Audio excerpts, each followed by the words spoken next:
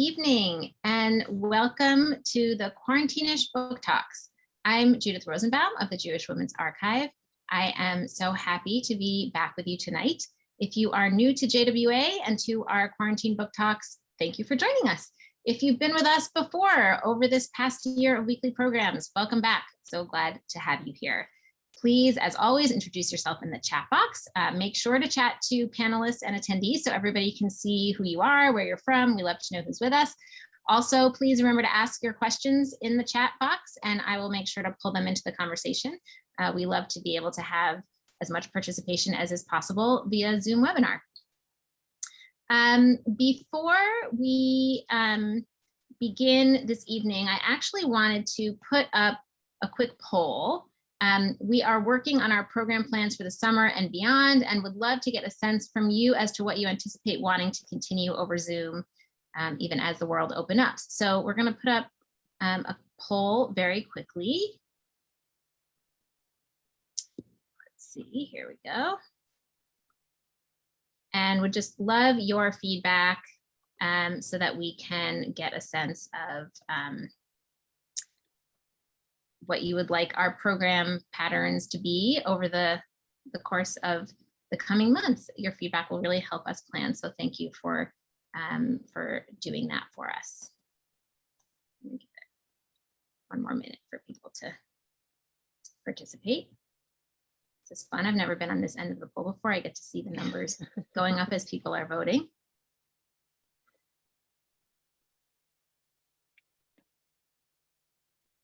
Thank you for bearing with us.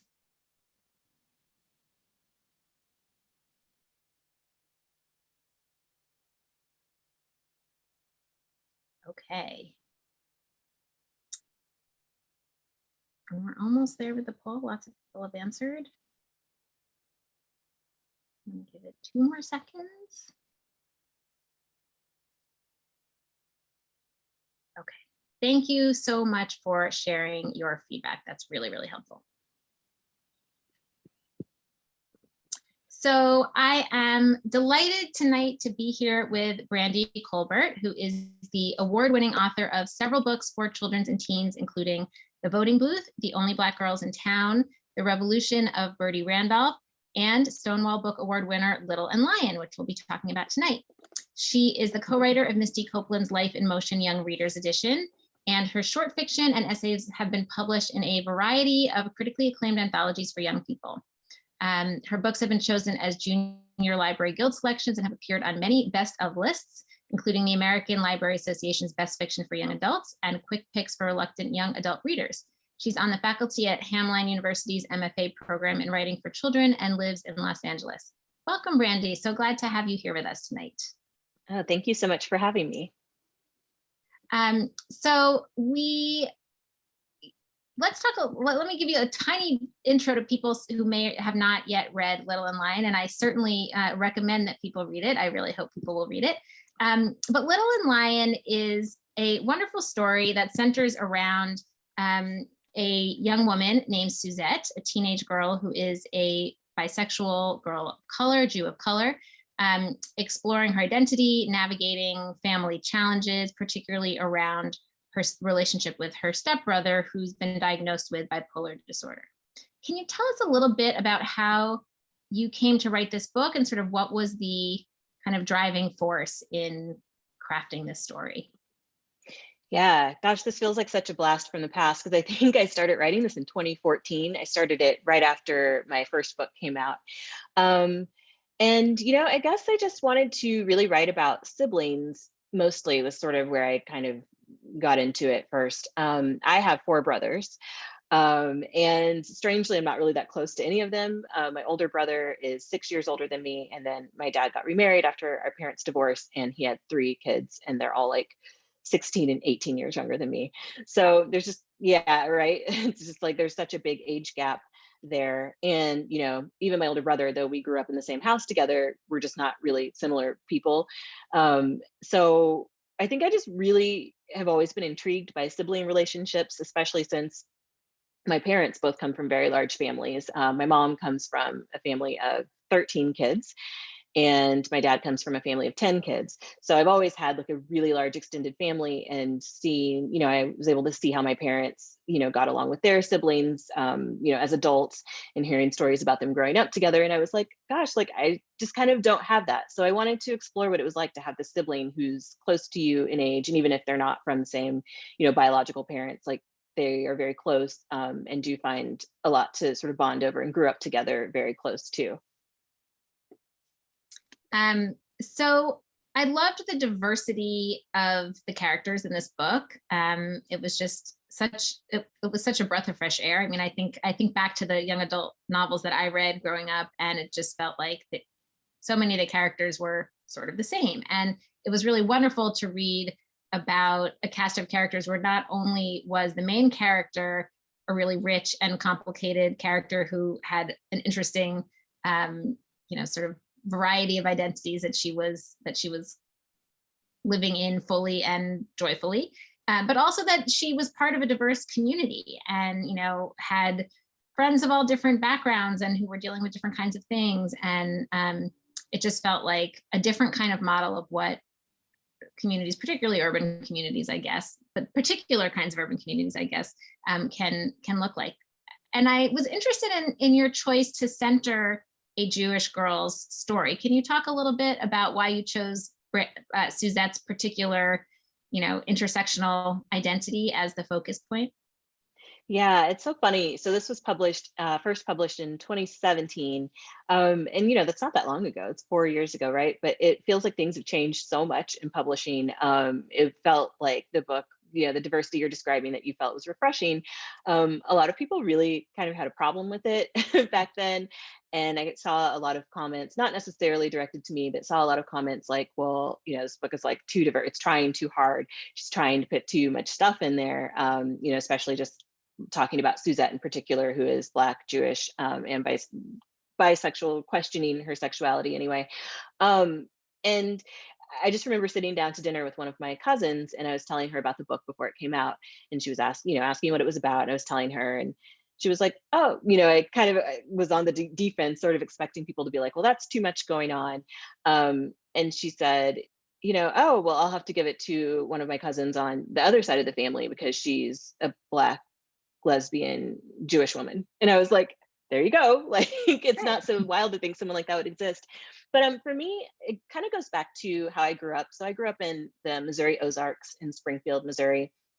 It's, it was like a 3% Black when I was growing up. So a very white, very Christian town. I personally didn't even really know what Judaism was until probably high school, maybe junior high, which is really shameful to me to think about now, but that's just how homogenous it is. It's just, I grew up Baptist, and it's just a really, really Christian area. It's in the Bible Belt. There's 4 or 5 churches within, a half mile. That's the kind of area I grew up in. And then I don't know what it was that sort of where I learned what Judaism was. Maybe I saw, I think in the course catalog in college, I ended up going to college in my hometown. And so I saw in the college course, course book that there was a class about Judaism, just like Judaism 101. And I was like, well, that sounds interesting. And so I decided to take it. And it's one of my favorite classes I've ever taken. Just, learning about something new, but also learning about this religion that wasn't, this faith that was not well represented where I grew up. But after I moved away after college from my hometown and moved to LA, and, all of a sudden it felt like probably half of my friends were Jewish.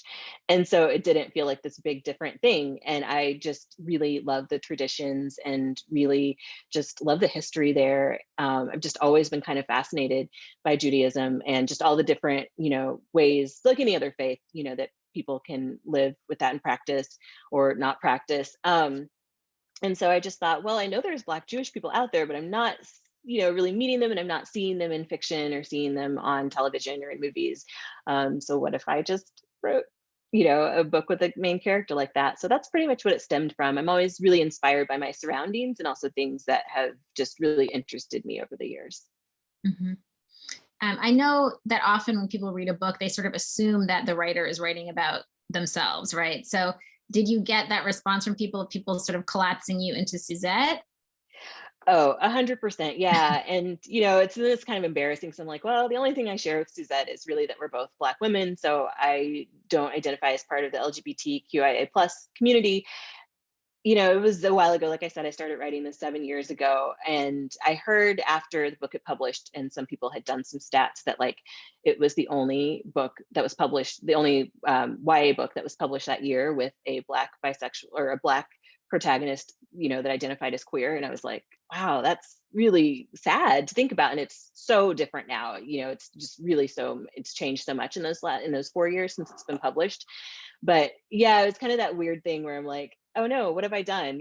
After it came out and started getting attention. And I was really glad because I heard from so many people who saw themselves in so many different aspects from, being Black and Jewish, or just not seeing that many Jewish protagonists, in young adult fiction, or the sibling relationship, or how, especially I hear from a lot of people of having a sibling, with a mental health issue like Lion is dealing with, being recently diagnosed with bipolar disorder. So yeah, it's one of those things where I still think people kind of assume that I'm Suzette, and I'm just like, I don't know what to tell you. Like, it's not she's a great character. I really loved writing her. So that's a compliment, but it's like, no, I actually had to do a lot of research and listen to a lot of people and to try to get her as authentic as could be.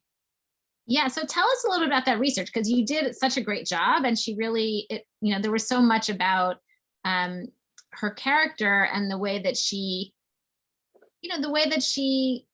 was just very matter of fact about who she is, and also was matter of fact about the challenges of being who she was. And I'm just curious what it was like to, it feels brave to me to kind of write into identities that you can't necessarily draw on so much personal experience. So I'd love to hear a little bit about your research process and your kind of imagination process in crafting that character.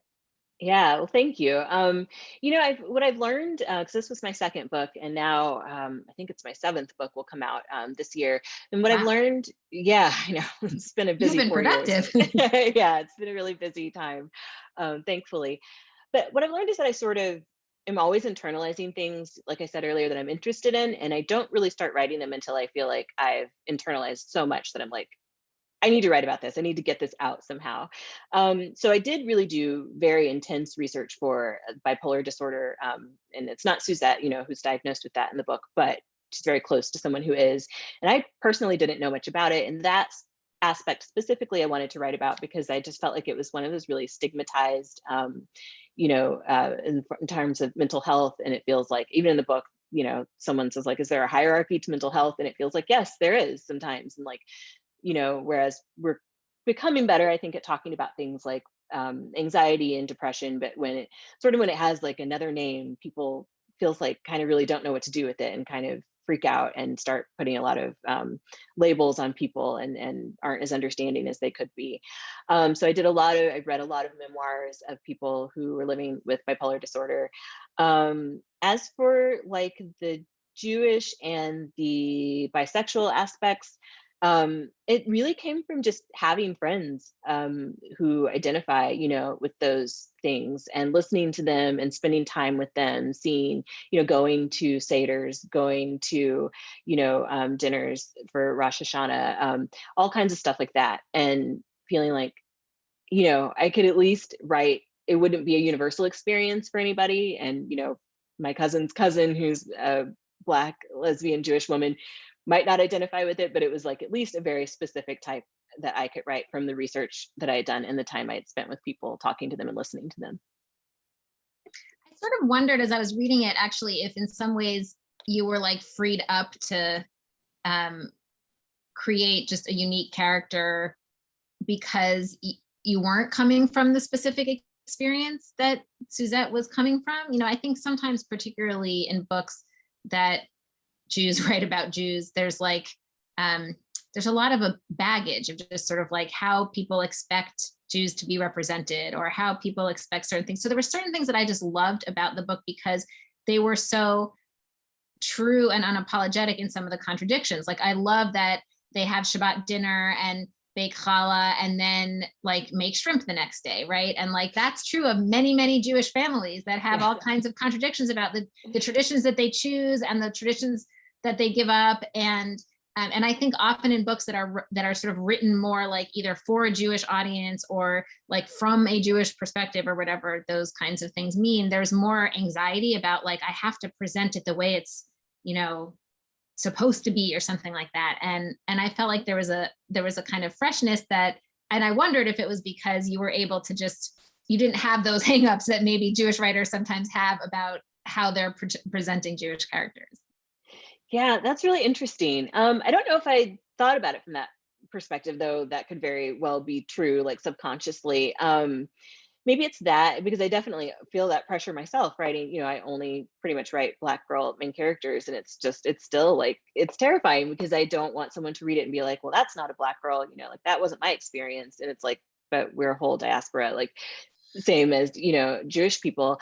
With me, I think it was like I was sort of writing to a specific type of Jewish person that I know, and most of that is sort of like Southern California Jewish people. Is sort of, one of my best friends is, she actually did grow up in my hometown. It was one of the like handful of Jewish families there, but their sort of lifestyle, I guess I would say reform. I never want to like box anybody in if that's not actually how they identify, but more probably like reform is how they live their life. And she lives out here now, like 10 minutes away from me. And, seeing the way that she celebrates, certain holidays or how she observes things seems very similar to a lot of the Jewish friends that I was meeting, and spending time with out here. So I think it was more like I just sort of latched on to this one group that I had spent a lot of time with. And then, maybe some people seem to identify with that or hopefully found it fresh, like you said. As people can probably tell just from what we've talked about already, there are a lot of different issues that you take on in the book, mental health, sexuality, blended families, multiracial families, casual racism, homophobia, and yet it all feels very graceful. And also I think true to like what teenagers' experiences are, which is they're dealing with like everything all at once, right? That's what it is to kind of be at that age. But I especially appreciated how you showed the ways that people sort of bump up against all kinds of biases in their daily lives and deal with those microaggressions, whether it's like the looks that Suzette gets when she's with her white stepdad or her white brother, or the racist jokes that a friend makes one day, or, the assumptions that people make about bisexuality. And I'm curious how you thought about, I could almost imagine it sort of like as a puzzle piece of how you build the narrative to address all these issues, but also don't make it about those things, right? Like it's not like the driving narrative of the book is, oh my God, Suzette encounters racism and it's a problem she has to deal with. It's just part of her life that happens in the course of the narrative. Yeah, that's another thing that I feel like I would see comments about. I don't really read my reviews anymore, which is very healthy, but I was Probably definitely wise, reading. yeah. Yeah, very much so. But I was reading them all the time back then. And yeah, would see a lot of like, there's so much crammed into this, like, can it just be about one thing? And to me, I'm like, well, life isn't just about one thing. Like, I may be getting ready to go run an errand and then have one of the most racist experiences of my life. I couldn't predict that. It's just how life works, So to me, it was really important to just show that, first, I didn't want it to be just a book about racism. To me, that's really limiting. There are some books that do that very well, but for me, I'm just so interested in everything that's going on in a person's life that I just wanted that total like view of like, what is it like day to day? What are they going through? But yeah, I just think like you said, teenagers are going through so much, and just people in general don't have just one thing to focus on every day. You're distracted by things that pop up in your life that you weren't expecting to happen. So, I think the pool party scene sticks out to me in particular. When they're at a pool party and Suzette and her friend Emil, who's half Black, half Korean, they get this racist comment from one of their friends. And it's like really just one of those things, it's like a record scratch, and I had all kinds of moments like that as a kid, but it's like, you could just be having a great time in your day and then this one thing happens. And so I really wanted to show that and just have it be as realistic as possible and show what it feels like when you're on the receiving end of that kind of stuff. Some of the themes of the book also, or a lot of the themes of the book, I think are also about, sort of hiding and trust. It comes up in Suzette's relationship with her boarding school roommate, with whom she has a relationship, and they're discovered. And it happens with her brother Lionel, who goes off his medication and asks her to keep that secret for him. And I'm curious how you thought about, making those themes at the center of the book and why you chose that. I think like secrets are sort of something I keep coming back to. I just turned in a draft of my latest or my next YA novel that'll be coming out next year, I think. And yeah, it's like secrets, it's like not always built around secrets, but there's always some like element of secrets in most of my books. I just think it's really fascinating as someone who comes from such a big extended family.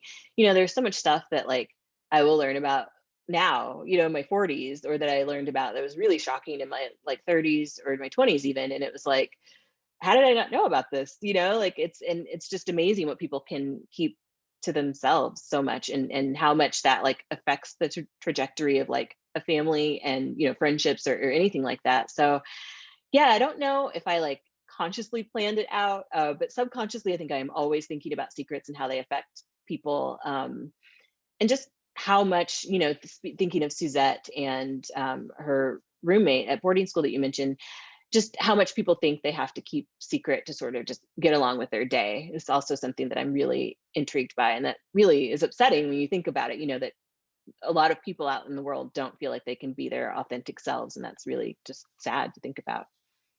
Yeah, I mean, and Suzette actually, as far as teens go, is pretty comfortable with who she is. Right. And she comes from a family that's pretty accepting, and yet to see like even in that context there's so many choices that people have to make about when to be open about something or when to keep it to yourself.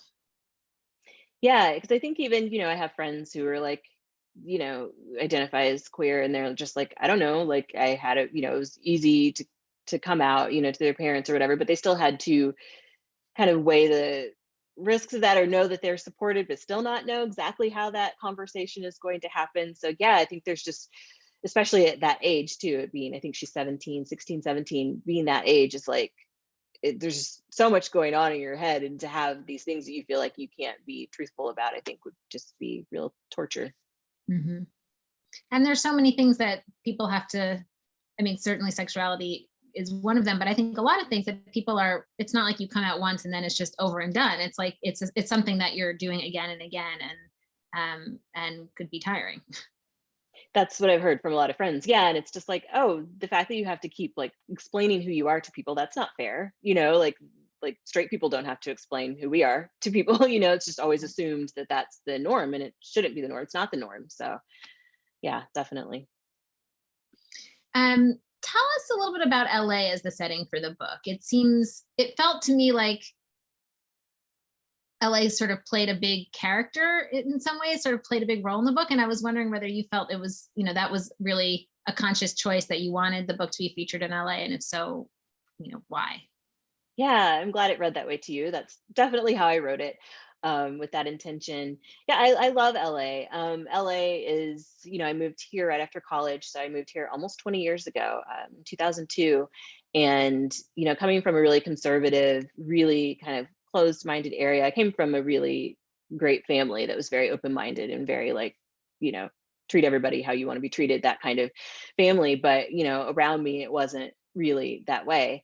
And so, I just remember moving out here and just feeling like really free to, even though I wasn't hiding any part of myself back home, I just felt really free to be who I was, and was really like heartened, to see other people really being able to be who they were when I moved out here. And actually, I'd been out here 6 years, and then I moved to Chicago for 4 years. I still don't know why. Chicago's a great city, but I mean, compared to LA, just the weather alone was like enough Right. to get Yeah. me back here. So the year I moved back, we had a huge blizzard in Chicago, and I was like, yeah, I gotta go. But Yeah. I remember feeling even like very surprised by how I felt when I moved back, because, I'd already lived here for 6 years, and Chicago's a big city, but Chicago, even though it's like blue, there's still, to me, a really conservative bent to a lot of Chicago, and it's a very segregated city. So I remember moving back, and like, I was driving through West Hollywood to get to where I was first staying when I moved back, and I just saw like this black guy walking down the street in West Hollywood, like wearing like very short shorts, and like uh, wild colored hair, and just like a really cool outfit and lots of jewelry. And I was just like, he would be stared down in Chicago, but like it just felt so like no one was even paying attention, because it's just LA, like that's how it is. So I just feel like it's such an open, accepting place, and that there's so many different like neighborhoods too, where you can really find sort of your people. So the book is set in primarily Echo Park and Silver Lake, and those are two neighborhoods that, you know, have a lot of history to them and also have a lot of history of like gentrification. And so, you know, it's not without its issues, but there's just so much I love about those neighborhoods, and so much that I feel like, you know, even in LA, there's certain parts where you feel like you can be like more yourself, like artistically. So I feel like those areas, sort of the east side of LA, is just really open to artists and just really accepting. And so I just really wanted to convey that to the reader. I kept thinking about what it would be like for a kid who was not from a place like LA to find this book. And, you know, it's one of the things that I love so much about literature for young people is that literature for anybody kind of gives you an entryway into another part of the world, and, you know, gives you a kind of escape from wherever you are. But I think particularly for young people, it's so important because they don't necessarily have the ability to go somewhere else. And especially for kids who might feel like they're different from the people around them, it feels like to be able to give people that portal into a place that's more diverse and accepting like LA feels like a special gift of the book.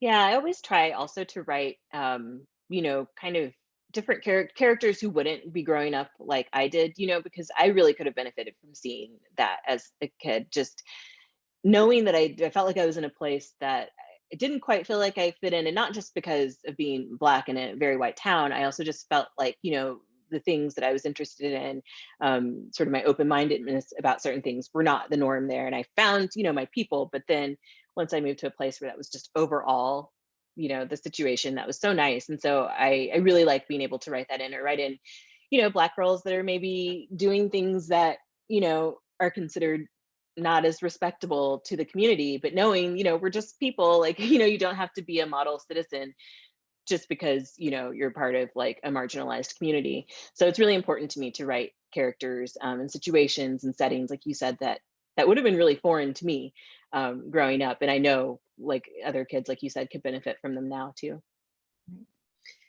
So I'd love to talk to you a little bit about young adult literature, which I happen to really love. And I'm curious, you know, to hear a little bit about your decision to write for young adults, and also like, and also just sort of like what makes something YA. I often sort of wonder that, like, why certain things are categorized as YA and why certain things aren't. Yeah, you know, I don't know. It's funny. I kind of fell into YA. I started when I knew I wanted to start writing for publication, like, gosh, it's like 20 years ago now. It sounds really weird when I say it.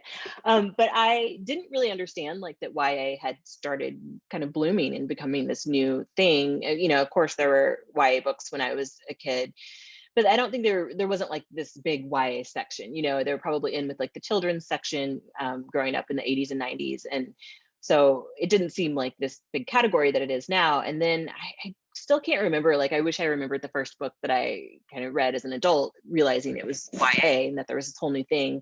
I can't remember, but I got on this kick and started reading, and I was like, wow, this is like very different from, you know, when I was growing up. It feels like, you know, Judy Blume and a couple of other authors were sort of the only ones who were really writing realistic portrayals of teens, where like, you know, like the issue books were really big back then. So it felt like, you know, if you had a character like even have sex in a book, you know, as in a teenage book, like they would get pregnant or they would have to learn some kind of lesson, rather than like, you know, Judy Blume, who was writing these amazing novels where it's like teens were like able to experience new things and not be punished for it. And I think I remember hearing that Judy Blume wrote forever because her daughter said, I just want a book where someone has sex and doesn't have to die because of it. Yeah, exactly. I remember reading that too. Yeah. And so it's like coming from that and having her be one of my absolute heroes, you know, growing up, I loved her book so much. I really, once I started writing it, I was like, well, I don't want to write anything that's like sanitized or anything that's like talking down to people or moralizing things. I really am interested in writing things that make, you know, teens or anyone who's reading it really think, is more what I'm going after. So yeah, it's been really interesting because, you know, now I feel like a lot of my books, and even Little and Lion honestly has a lot of adult characters, and I'm like, is this actually YA? You know, like what's going on here? But I think it can just be so many more things, and it's really broadening, the more we even go on now. Like I said, it's changed so much since I started publishing 7 years ago. So it's really just an expansive sort of category that I'm really fascinated by, and I love seeing it grow and change. And I know you also wrote, one of your books is for a slightly younger audience. Was that a very different kind of writing experience? Oh yeah, The Only Black Girls in Town is my first middle grade. Yeah, that was really interesting to write. When I first started writing it, I shared, some of the first pages with my agent, and I was just like, "What do you think?" Like, I don't know. I've been reading a lot of middle grade, but I've never written it. And she was like, "Well, I feel like you're trying to stick too much to the rules, like what you think it should be, like, shorter chapters or this or that." And she's like, just write from the perspective of a 12-year-old. And that was really freeing to me, because I did kind of feel like there was some formula for younger readers. Because to me, the younger you go, the harder it is to write. Actually, like, I've been trying to write a picture book for 4 years now. It's just like really hard, because there's fewer words. You have to I think, take much more care, be more sensitive the younger you go. But I never want to talk down to my readers either. So it was that balance of like telling the story I wanted to tell, telling it authentically from a 12-year-old, which haven't been 12 in 30 years, and making it appealing for actual 12-year-olds now. So, but once I kind of let go of all that and just wrote the story I wanted to write, and again, it has a lot of adults in it, like a lot of my books do now, it really seemed to come together. And I was really surprised that like actual kids like it and think it's a middle grade book. And it's like that thing where you're just like, I don't know how to do this. And then it just kind of happened. So You mentioned Judy Blume already, but I was wondering whether there were particular authors that influenced you as you were coming of age. yeah, I mean, she's definitely the biggest. Gosh, I just love her books so much. I get all like starry eyed. I met her at a book signing one time, and I was just like, Oh, I cool. almost couldn't handle it. Yeah. And also, Beverly Cleary, who just recently passed away at like age 104. I mean, she was just amazing. I loved those books. So amazing. Yeah, she was just, the fact that her books still hold up today, so many decades later, same as Judy Blume. And there's another author named Bartha Clements that not a lot of people seem to remember. She wrote several books like following this one group of kids, and the first one I read was called Nothing's Fair in Fifth Grade. Oh She yeah, had I an remember that book. Yeah, everyone remembers the titles, but never Yeah. like the author. Yeah, but I like got on this huge binge, and just like I remember ordering all her books from the Scholastic catalog, as a kid. And so the next one was like Sixth Grade Can Really Kill You, and then she followed them into high school. But she was just like Judy Blume. She was also such an honest author, where I felt like she really respected her readers, and she wasn't writing down to it. She was writing for those kids who really needed her books. So like, she would write about just some really uncomfortable family situations. And even though I wasn't in that situation, I just felt like I got a peek into what it could be like for, kids who are actually going through that. And I mean, I think she really influenced me to always be as honest as possible with the, writing that I'm doing for others. It's interesting to see also the sort of different, trends and different periods of what is popular in young adult literature. I remember reading a lot of books by Norma Klein when I was growing up, who published her books mostly in the 70s. And they're out of print now, and I cannot imagine, like, then there was a period where they were definitely out of print because they were fairly racy, and they were about these like, sort of progressive secular Jewish families on the Upper West Side in the 70s, and who were quite permissive. And, they were fascinating to me, and they resonated with people I knew, but, they sort of reminded me of some people I knew. But it was, then I think there was a period where it was very hard to imagine how those stories would have gotten published. And now I feel like there's a kind of new wave of young adult novels where many of them are about sort of exploring difference and exploring the things that like are hard for kids to talk about. And it just feels like there's something great about that, I think. Yeah, like Norma not being Klein. afraid that you're going to somehow, harm kids by introducing them to new ideas. Exactly. And Norma Klein is actually, I'm looking at my bookshelf right now, because I did like a read along with a friend for a podcast a couple of years ago. And I had never read Norma Klein, or maybe just had read one or two books. But I got this book, used book, and it was Mom, the Wolfman and Me is the one that I read. And I was just like, yeah, I was shocked. I mean, they were like drinking champagne at like age 10, like just running around the city by themselves. And I was like, this is so cool. And it's like, yeah, I love that. And it's just like showing what was probably actually happening, during the 70s and 80s or whenever that book was set. So yeah, I think it's just like being more realistic. And even if it's not realistic to some kids, it's going to be realistic to others, and just showing, these different types of ways of living. And like you said, like it's not like someone's going to want to necessarily go out and do the things that are in these books. I think I have a friend, Ilana K. Arnold, who's also a delightful author, very prolific author. And she always says, that a book is the best place for like a kid to experiment, So it's like you can live this other life. You can do these things that maybe wouldn't be as safe, or maybe that you wouldn't be as comfortable doing, but it's just all in a book. And then you can put it down and go back to your life. Yeah, that's a really great point. We have a question about crossover books, and that many young YA books are crossover books. Do you see any of your books as crossover books? Like crossover to adult. I don't know. Yeah, I always wonder because they're, they have adults in them. I know a lot of adults read them. I don't know if they would necessarily be considered crossover. I would say probably, because they're on the higher end of YA. So, there's always lots of, questionable content that some people would say that they have. So yeah, I would say if they're not crossover, they're very close to it. We have two questions that are interesting here. One, these are both from Jennifer, who asks, one is that Suzette is portrayed as enjoying home-based Jewish traditions, but not benefiting from the wider Jewish community because she feels that people react awkwardly to her identity. Can you talk about how you came to portray the details of her experience that way? And then the second question is about your choosing to name Iris after a flower, and did you mean the meaning of Iris, which is passion? Yeah, so I will answer the Iris thing first because just so I don't forget. That was something that came to me like after I think I saw the book in the advanced reader copy stage, and I was like, oh my God, I named her Iris. Like there's this whole flower subplot, and I had no idea. I did not know what Iris meant. It's just one of those weird things that kind of happens subconsciously as you're writing and you don't even understand it. I've done that with so many books, and I'm like, people probably think I'm being very heavy-handed, but it's just like I didn't even see it when it happened. I feel like I almost have like sort of an out-of-body experience when I'm writing. So I don't know. I would love to say that I did that on purpose, but I very much did not. As for Suzette's experience, yeah, I don't know if part of that is because, I'm not part of the Jewish community. And so I, knew, I guess, that I didn't have that myself and I was writing that into hers. Or, I don't know. I grew up going to church and also not necessarily feeling like I fit in. Like I went through all the motions, I was involved in choir, went to vacation Bible school, all that kind of stuff, but still kind of felt like an outsider, in my own community. And so I don't know if, that's just some of my self sneaking into Suzette's character, but yeah, I think that probably must be what it is. And you do hear in a flashback about her bat mitzvah. So there's some, mention of her having a synagogue experience, but right, it's not sort of part of the day-to-day of the summer that the book covers. Right, yeah. Tell us a little bit, while we wait for other people to put other questions in, we welcome your questions, folks.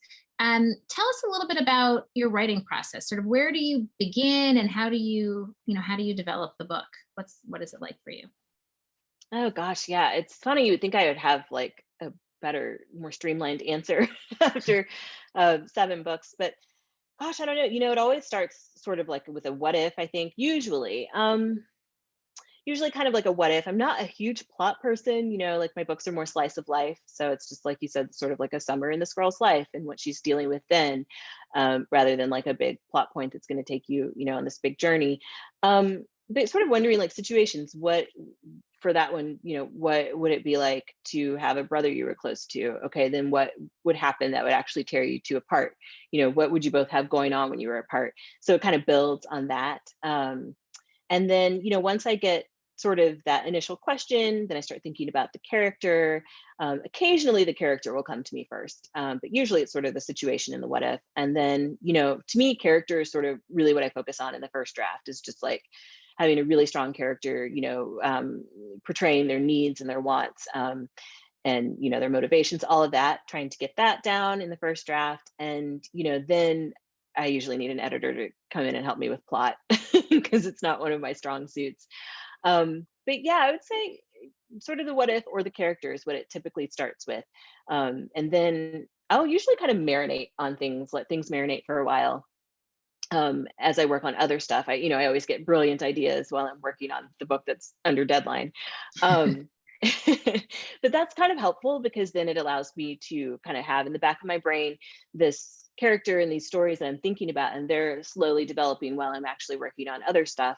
And then, by the time I'm ready to sit down and write that, it feels like I sort of already know the characters and, what they're going to come up against. So that's pretty helpful. And like I said, it's always things I've been like thinking of and sort of thinking about for a long time and just kind of figuring out how all of those things are going to come together. So with Little and Lion, it was like, I was really fascinated by Judaism and all, the Jewish friends that I had been meeting and they had let me in to celebrate holidays with them and that kind of thing. And then also thinking about like the bisexual experience and like, the friends that I had and the stories I was hearing and all of that. And so then kind of mashing all of that together into a book that makes sense.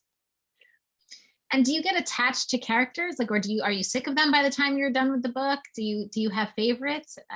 I can imagine living with people in your head for a long time. I could see it going either way.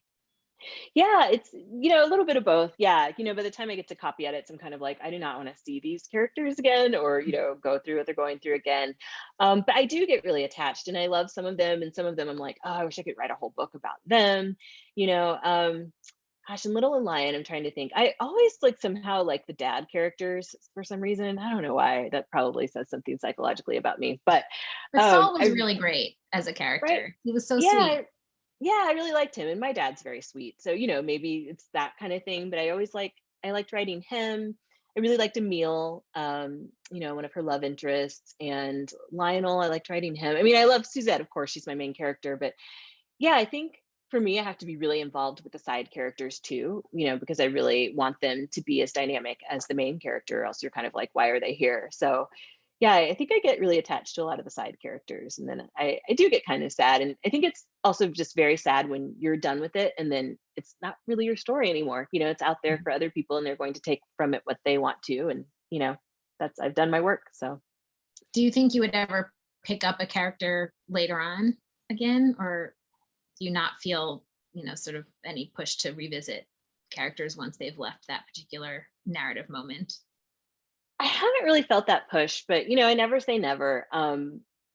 I don't know. There's mostly I guess I feel like it's usually done, but I don't feel that until after the book is out. So I turned in a recent draft. And I'm like, I could write like 10 books about these characters, but I'm sure by the time, next year when it's like ready for everyone to read, I will be like, I don't want to see those people again.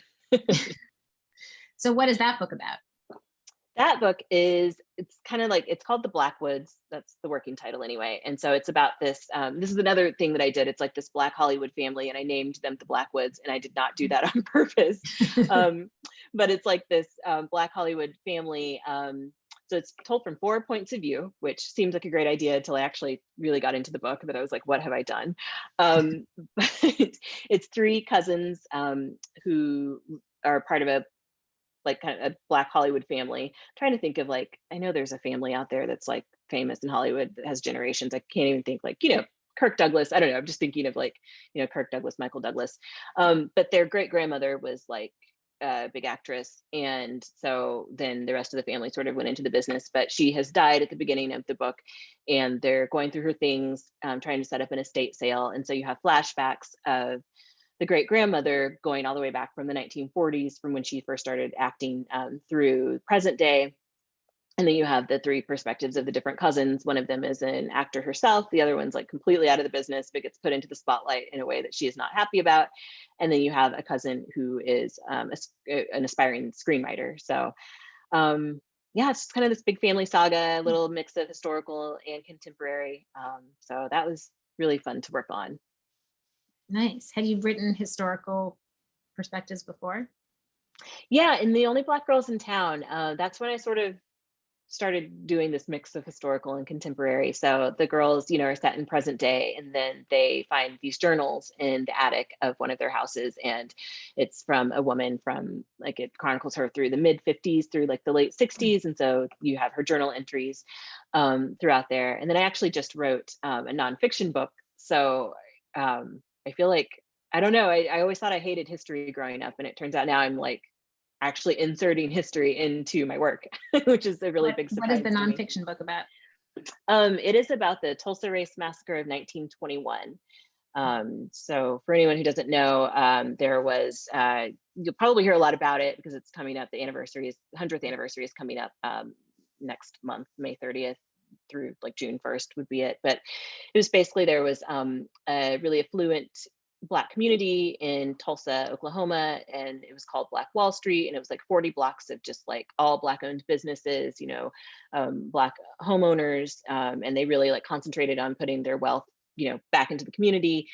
And it was really thriving. Like Booker T. Washington is the one who called it Black Wall Street.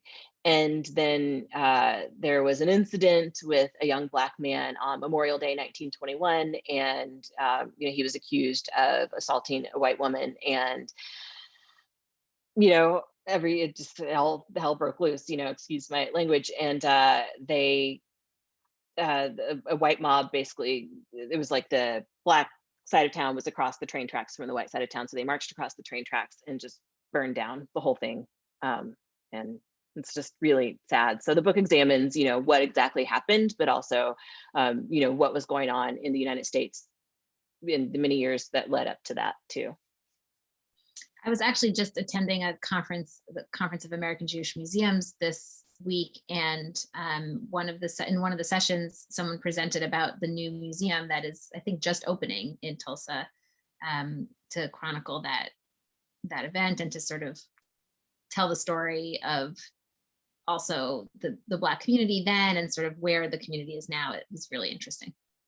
Yeah, there was so much that I learned while writing it. And, I grew up 3 hours away from Tulsa, and like my family would go to Tulsa sometimes, like fly out of their airport sometimes. So it was just really fascinating and really sad, to know how much history I had not learned.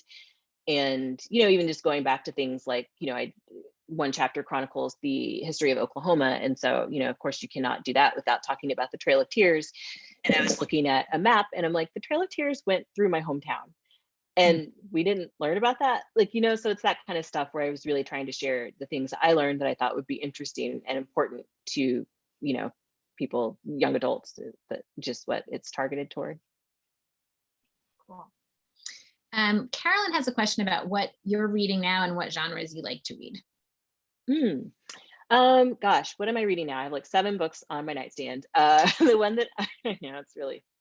I have like 20 and they're always about to topple into my head. So yeah. Yes. Okay. You feel my pain. I'm like, every night I'm looking at that. I'm like, if there's an earthquake, I'm done, But I'm right now into the final revival of Opal and Nev by Donnie Walton. It's incredible. It's like an oral history, book of a fictional rock group. But it's so complex and so deep, and there's lots of, stuff about race relations and things. And I guess it's sort of a mix of historical and contemporary too. So it's really great. I highly recommend. I'm also reading Kelly Lloyd Gilbert's I think it's When We Were Infinite. I'm so bad at titles. So those are kind of the two. I'm also working my way through The Warmth of Other Suns by Isabel Wilkerson, who just had a book cast that came out last year. But I'm reading her first book and it's just amazing. So, I mostly amazing. Yeah, it's just like mind blown. Like I knew it was amazing for like 10 years before I read it. And it's still just like, wow, this is even better than I thought it would be. But I read, mostly I read a lot of fiction and nonfiction. I'm not super into genre. I've sort of started getting more into horror. It scares me, just like horror movies. I can't really, I'm like forcing myself to do it, being like, okay, I'm just not going to sleep for the next, month, but it's okay.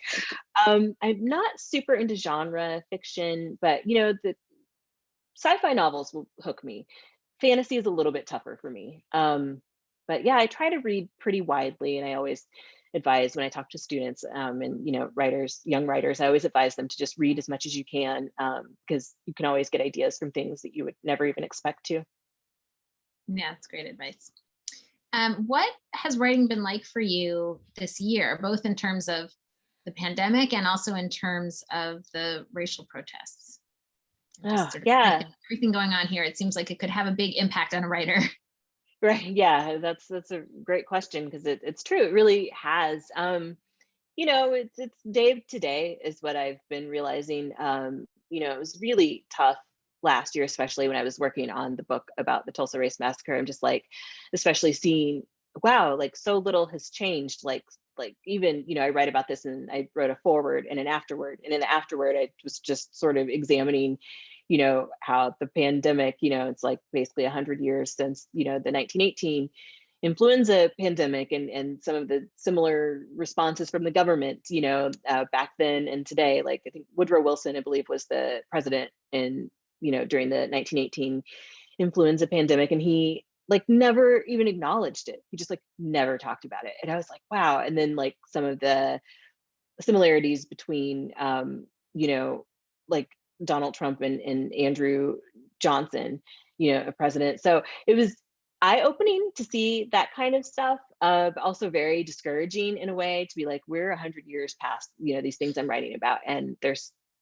very clear parallels to what's happening today. So it was day by day. Some days I felt really energized, and just ready to like fight back. And, which I feel like is always my greatest form of activism, is to write the truth, and to tell these stories that haven't been told widely yet. But some days it was really, really hard. And, kind of all I could do was just sit and kind of cry in despair. So yeah, it's been tough for everyone. And I'm just shocked that me and, so many of my colleagues were able to write books during this time and are still writing and getting it out there, because it's definitely been a challenge.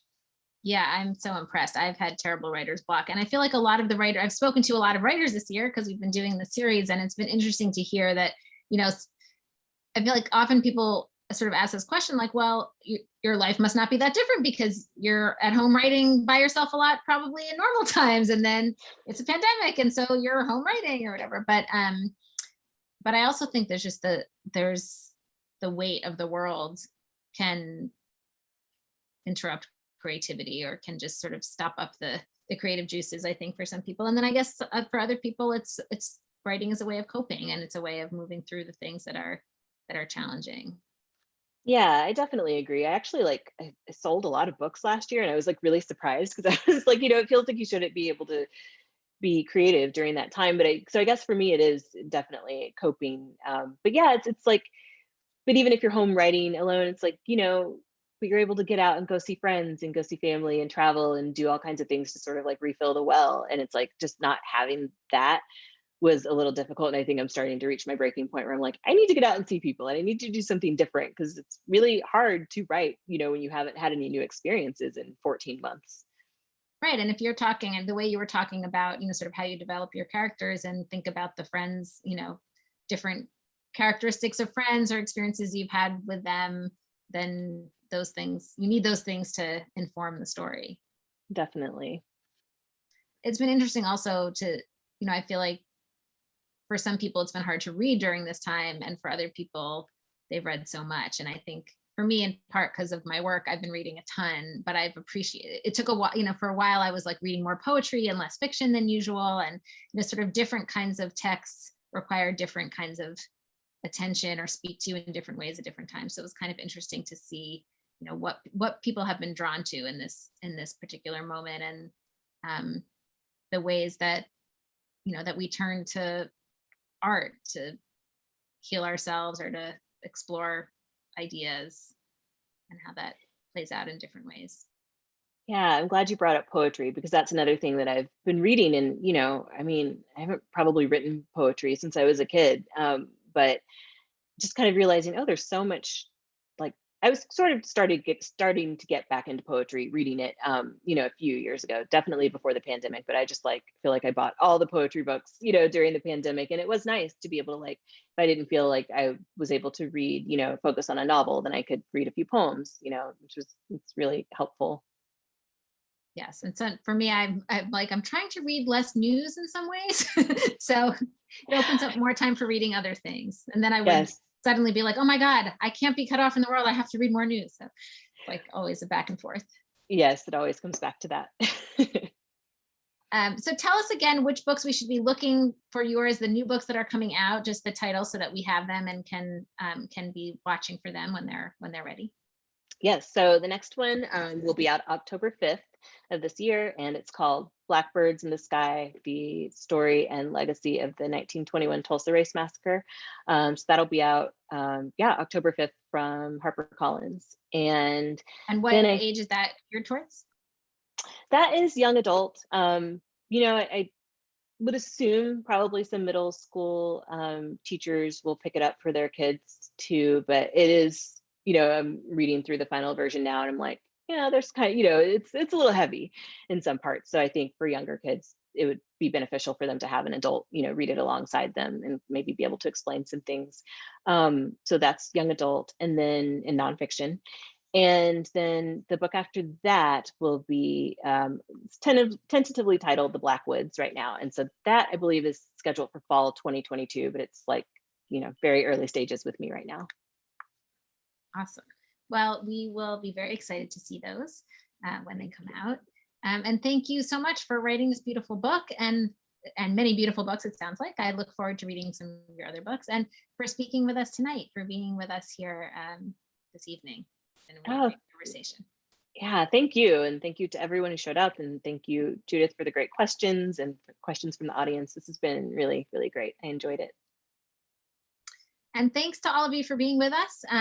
This is our last QBT for about a month. We will be gathering next on Thursday, May 27th for a special conversation with the actress Tova Feldshuh about her new memoir, Lilyville. And I hope to see you there. And beginning in June, we'll be offering a new 4-session online history course on the theme of forgotten lives in partnership with Central Synagogue in New York. So please keep an eye out for registration information for that course. We will also be having a special Global Day of Learning on June 27th to 28th. It'll be 6 sessions over the course of 24 hours coming from different places in the world. And that's to celebrate the launch of our revised and updated Encyclopedia of Jewish Women, which is going to be launching in June. So I hope that some of you will consider joining us for some of those sessions, or all of those sessions even. And I promise that there will be more book talks coming your way this summer. And in the meantime, I encourage you to check out the many, many resources we have in our digital archive at jwa.org to help us expand the narrative of the Jewish people to include women's voices. We have so much material to help you discover and gain insight about the diversity of the Jewish story. If you enjoyed tonight's conversation, you might want to check out our podcast episode on Judy Blume's Are You There, God? It's Me, Margaret, which actually that episode features my own daughter and our podcast producer's daughter reflecting on that book. Some of you in the chat had mentioned loving E.L. Konigsberg, and we actually also did an episode on from the Mixed Up Files of Mrs. Basiley Frankwheeler on our podcast, so you can look for that as well. You also might be interested in our interview on our blog with the journalist Nadine Batchelor Hunt about her identity as a Jewish woman of color in the UK and thinking about racism and anti-Semitism and the ways that she is treated in her day-to-day life. It was wonderful to be with you all tonight. Until next time, be well, be healthy, and take good care. Thank you all. Good night, Brandy. Thank you so much. Good night. Thank you. Take care.